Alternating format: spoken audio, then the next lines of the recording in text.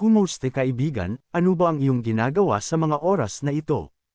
Halika, pag-aralan natin itong mahahalagang bagay. Promise hindi ito lalagpas ng 5 minuto.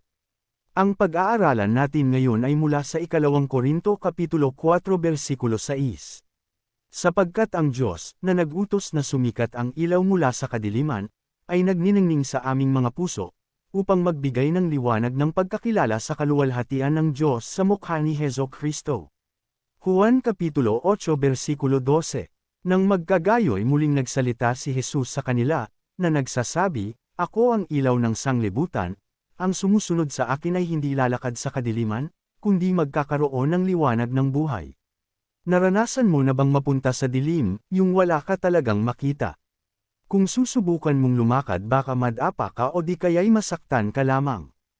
Ang natural na kadiliman ay mahirap, ngunit ang espiritual na kadiliman ay mas mapanghamon. Nakita ng Diyos ang kalagayan ng sangkatauhan at ayaw niyang manatili tayo sa bitag ng kasalanan. Ipinadala niya ang kanyang anak na si Jesus, na nagsabing, "Ako'y naparito bilang ilaw ng sanlibutan, upang ang manalig sa akin ay huwag manatili sa kadiliman." Juan Kapitulo 12 versikulo 46. Piliing lumapit. Tinatawag tayo ng Diyos upang maalis sa kadiliman patungo sa kanyang kamangha-manghang liwanag.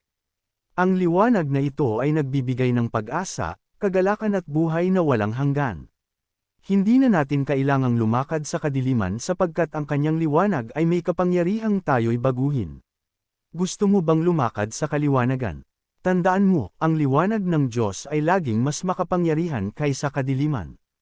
Ang gusto niyang gawin para sa iyo, ihayag ang kanyang sarili sa iyo. Siya ang liwanag ng mundo. Ilantad ang kasalanan sa iyong buhay at linisin ka sa pamamagitan ng kanyang salita. Palayain ang iyong puso at isipan sa kasinungalingan ng kaaway. Ang katotohanan ng salita ng Diyos ang nagdudulot ng kalayaan. Pag-isipan mo sumandali, ano ang espiritual na kadiliman? Mailalarawan mo ba kung ano ang kasalanan mula sa Santiago Kapitulo 4 versikulo 17? Ano ang mapanirang kabayaran ng kasalanan?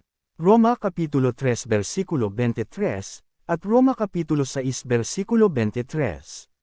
Paanong ipinapakita ng salita ng Diyos kung ano ang kasalanan? Ang ating buhay ay nabago dahil sa kapangyarihan ng Ebanghelyo. Malaki ang pagbabagong nagagawa ng liwanag. Isa-isahin ang mga pagbabagong ito.